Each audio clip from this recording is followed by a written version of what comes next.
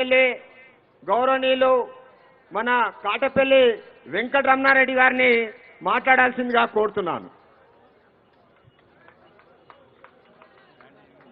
వేదికను అలంకరించిన పెద్దలు, అలాగే నిరంతరం శ్రమిస్తూ పార్టీ పునాదులు గట్టిగా చేస్తూ పార్టీని అధికారంలోకి తీసుకురావాలని చెప్పి తహతలాడుతూ నిత్యం కష్టపడుతున్న నా కార్యకర్త మిత్రులకు అందరికీ నా యొక్క హృదయపూర్వక వందనాలు తెలియజేస్తున్నాను. ఈరోజు గౌరవ ముఖ్యమంత్రి రేవంత్ రెడ్డి గారు చేస్తున్నటువంటి పాలన ప్రజాపాలనని ఆయన ప్రజలకు చెప్పుకుంటూ తిరుగుతున్నాడు.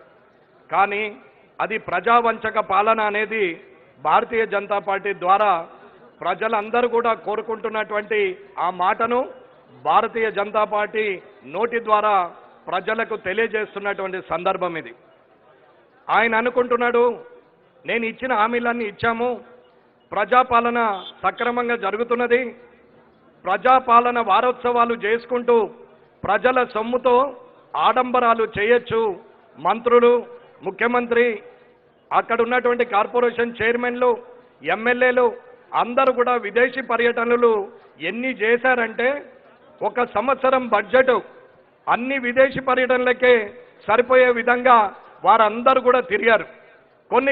కొన్ని కమిటీలు వేస్తూ అందరినీ విదేశాలు తిప్పుతూ తెలంగాణ రాష్ట్రం గ్లోబల్ సమ్మిట్గా రైజింగ్ 1 అని చెప్పి ఇవాళ ముందుకు తీసుకెళ్దాము, మీరు వెళ్ళి వివిధ విదేశాల్లో తిరిగి అక్కడ ఉన్న ఏంటో చూసి రమ్మని పంపిస్తే వారు తెచ్చింది ఏమీ లేదు, చూసి ఇక్కడ చేసింది ఏమీ లేదు.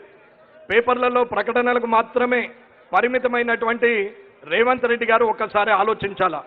3 లక్షల బడ్జెట్ని మీరు శాసనసభ ద్వారా బడ్జెట్ ప్రవేశపెట్టారు. ఈ బడ్జెట్లో యాక్చువల్ రిసిప్ట్స్ ఎంత, మీరు ఫ్యూచర్కు ఎంతైతే మేము ఈ లాభాలని చేయగలుగుతాం, ఆ లాభాలు ఇన్ని లక్షలు ఉంటుందని చెప్పి మీరు చెప్తూ యాక్చువల్ రిసిప్ట్స్ 1,50,000 ఉంటే అలాంటిది 3 లక్షల కోట్లకు బడ్జెట్ ప్రవేశపెట్టారు. ప్రవేశపెట్టిన బడ్జెట్లో విద్యకెంత, వైద్యంకెంత, బడుగు బలైన వర్గాలకెంత, వివిధ శాఖలకెంత, అడ్మినిస్ట్రేషన్కెంత అనేది ఒక్కసారి మీరు ప్రజలకు తెరిచిన పుస్తకంలాగా చూపెట్టే ధైర్యం ఉందా అనేది నేను ఈ వేదిక మీద నుంచి మీకు ఛాలెంజ్ చేస్తున్నా. నేను ఒక్కసారి మీరు పెట్టిన బడ్జెట్ని కనీసమల్లా 80% అన్నా మీరు చేరుతున్నారా అనేది ఒకసారి తెలుసుకోండి. ఉన్న ఆదాయం 1,50,000 కోట్లయితే ఈ తెలంగాణ ప్రజలకు 3 లక్షల కోట్లని మీరు చూపిస్తున్నారు.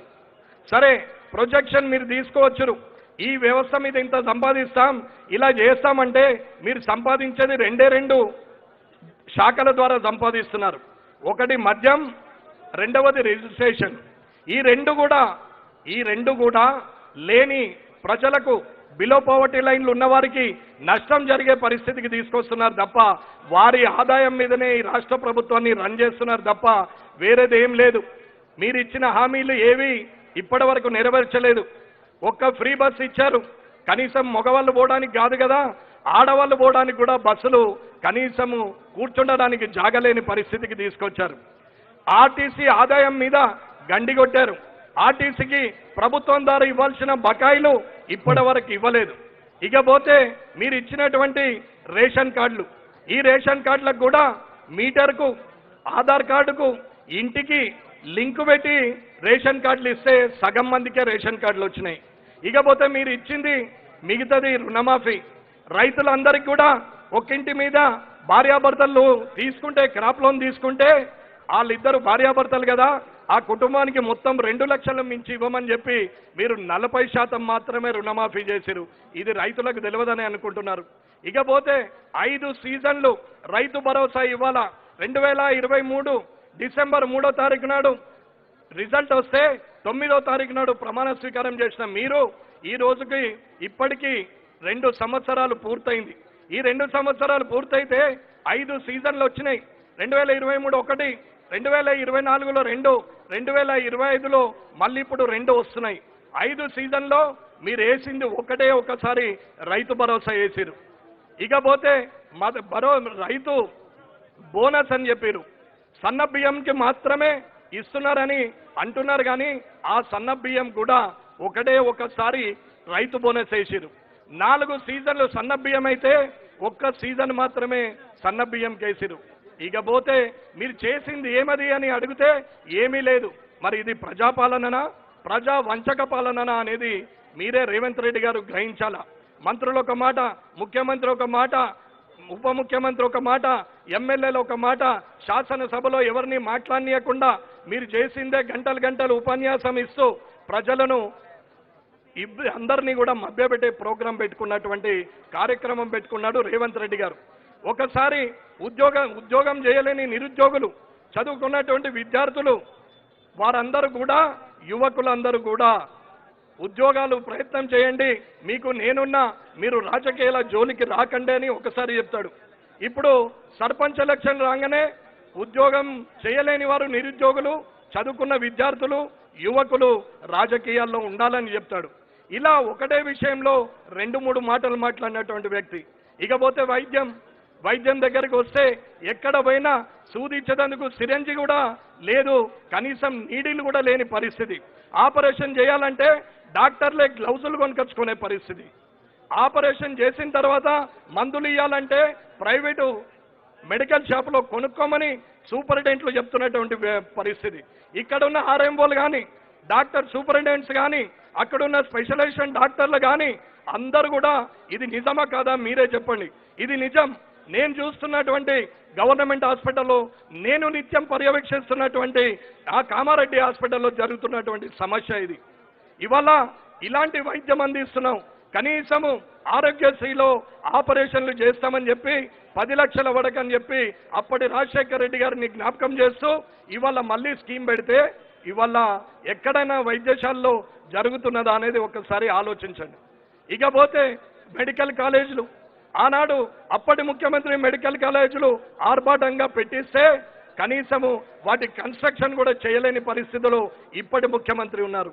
ఇకపోతే విద్య, కూర్చుండడానికి బెంచీలు లేవు, కిటికీలకు రెక్కలు లేవు, పెచ్చులుడిపోయే స్లాబులు, పలిగిపోయిన బండలు, ఎక్కుదామంటే ఇరిగిపోయిన మెట్లు, కూర్చుందామంటే ఊగే టేబుళ్ళు, కనీసం కూర్చుండడానికి విద్యార్థులకు కూర్చుండే పరిస్థితిలో కూడా లేని బెంచీలు, అసలు బెంచీలే లేని స్కూళ్ళు, కోకొల్లలు. ఇది నిజం. ఒక టచ్ స్క్రీన్ బోర్డులు ఇచ్చారు, మెయింటెనెన్స్కు ఎవరు ఇచ్చేది లేదు.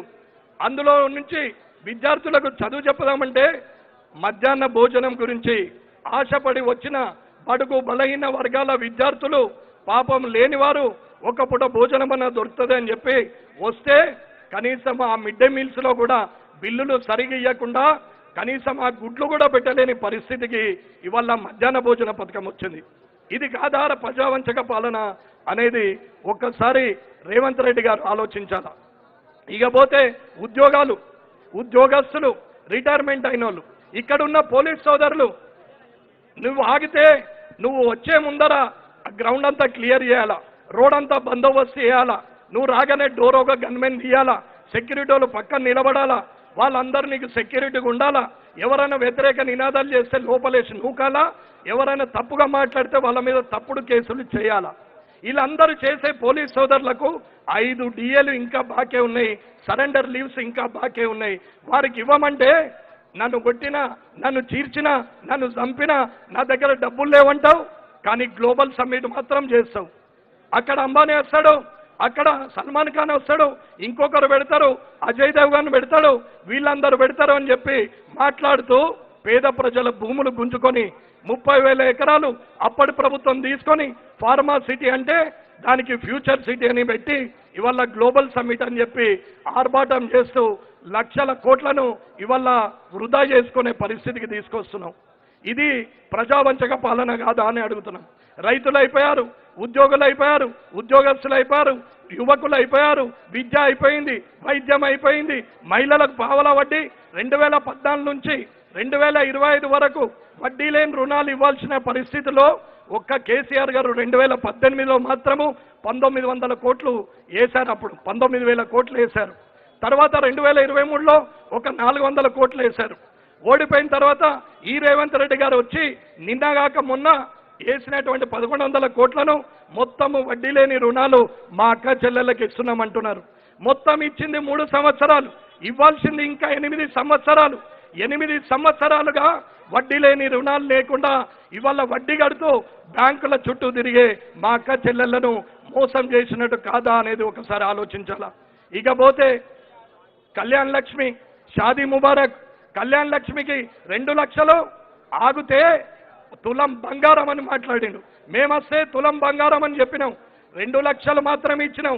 ఇదే చేతితో, ఇదే కామారెడ్డి నియోజకవర్గంలో నేను నా చేతితో ఇప్పటికి కనీసము 1500-2000 మందికి ఇంచుమించుగా నేను సీఎంఆర్ఎఫ్ చెక్కులు ఇస్తే ఒక్క చేతితో ఒక్క తులం ఇచ్చిన పాపాన పోలేదు. అది నీ ప్రభుత్వం, అది నువ్వు మోసం చేయలేదా అనేది నువ్వు ఆలోచించు. ఇకపోతే సీఎంఆర్ఎఫ్ ఏమో రాజకీయ నాయకుల కుటుంబాలకు, ఎమ్మెల్యేలకు, దగ్గరి మిత్రులకు, బంధువులకు 3-4 లక్షల రూపాయలు రికమెండ్ చేసి సీఎంఆర్ఎఫ్ ఇస్తారు.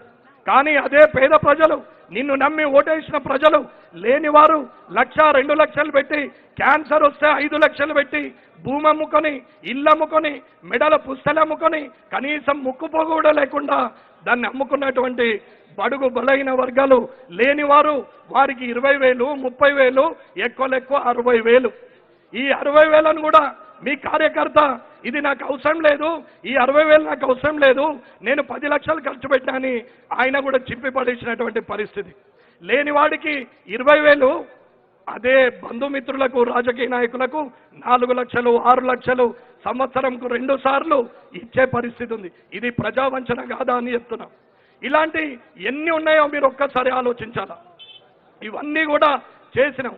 ఈ ఆఖరికి 3 లక్షల కోట్లు పెట్టినాం బడ్జెట్. 1% వేసుకుంటే కనీసం 3,000 కోట్లు. ఆ 3,000 కోట్లలో 119 నియోజకవర్గాలు చేసుకుంటే కనీసం 30 కోట్లు. ఆ 30 కోట్లలో సగం వేసుకున్న, 1% వేసుకున్న 15 కోట్లు. మరి మధిరకు, కొడంగల్కు, ఇక్కడ ఉన్నటువంటి మంత్రుల కాన్స్టిట్యున్సీలకు తప్ప ఎక్కడన్నా 1 రూపాయి పెట్టిర్రా అని అడుగుతున్నా. ఇది 3 లక్షల కోట్లు నువ్వు చూపించగలవా? 119 నియోజకవర్గాల్లో నేను సమానంగా పెట్టినా అని చెప్పి చూపించగలే ధైర్యం ఉందా మీ ముఖ్యమంత్రి గారికి అని అడుగుతున్నా నేను.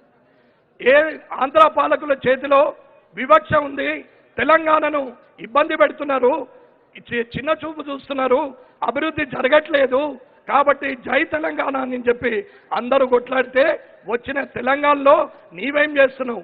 నువ్వు ఇక్కడ కూడా ఉత్తర తెలంగాణ, దక్షిణ తెలంగాణ అనుకుంటూ దాన్ని కూడా వంచే పరిస్థితికి తీసుకొస్తున్నావు. ఎక్కడ నీ ఎమ్మెల్యేలు గెలిస్తే అక్కడ ఇస్తున్నావు. పాత ప్రభుత్వం చేస్తే తప్పు చేసింది, అలాగే పార్టీ ఫిరాయింపులు చేసింది, అన్యాయం చేసింది, అహంకారంతో కూడిన కుటుంబ పాలన చేసింది, ఇబ్బంది పెట్టిందనే ప్రజలు వారిని మూలన కూర్చుండబెట్టి 30 సీట్లు ఇస్తే నిన్ను తీసుకొచ్చి మొదటి కుర్చీలో కూర్చుండబెట్టి 63 సీట్లతో గెలిపిస్తే నువ్వు చేసిన పని ఈ 63, నువ్వు కూడా పార్టీ ఫిరాయింపు చేసిన 10 మందికి 73, కొత్త గెలిచిన ఇద్దరికి 75 మందికి తప్ప ఇంకొకరికి 1 రూపాయి ఇచ్చే పరిస్థితి లేదు. పాత ప్రభుత్వానికి కొత్త ప్రభుత్వానికి తేడా ఏముంది రేవంత్ రెడ్డి గారు? ఇది ప్రజావంచన కాదా? కేసీఆర్ని తిట్టిన వీడియోలు ఒక్కసారి చూసుకో. గత ప్రభుత్వం మీద ప్రతిపక్షంలో ఉండి పిసిసి ప్రెసిడెంట్గా ఉండి ఏం మాట్లాడినావు అనేది ఒక్కసారి నువ్వు చూసుకో. అప్పుడు అర్థమవుతుంది ఇప్పుడు నువ్వేం చేస్తున్నావు అనేది అర్థమవుతుంది. కానీ గద్దెనెక్క ముందు ఒక మాట, గద్దెక్కిన తర్వాత ఇంకొక మాట చేసే ఈ మాట మార్చే గుణం రేవంత్ రెడ్డి గారిది. ఇంకా నేను 10 ఏళ్ళ దాకుంటా అని చెప్పి మాట్లాడుతున్నాడు. దుష్ట శిక్షణకు, శిష్ట రక్షణకు దేవుళ్ళు ఉంటే ఏ తప్పుడు అయితే ఎక్కడైతే దుష్టులు పెరిగిపోతారో ఆ శిష్ట రక్షణ చేయాలి, దుష్టుల్ని శిక్షించాలి అని చెప్పి జన్మలెత్తినటువంటి దేవుళ్ళని ఇవాళ అనూహ్యంగా ఇష్టం ఉన్నట్టు మాట్లాడుతున్నారు. హనుమంతుని గురించి మాట్లాడతాం.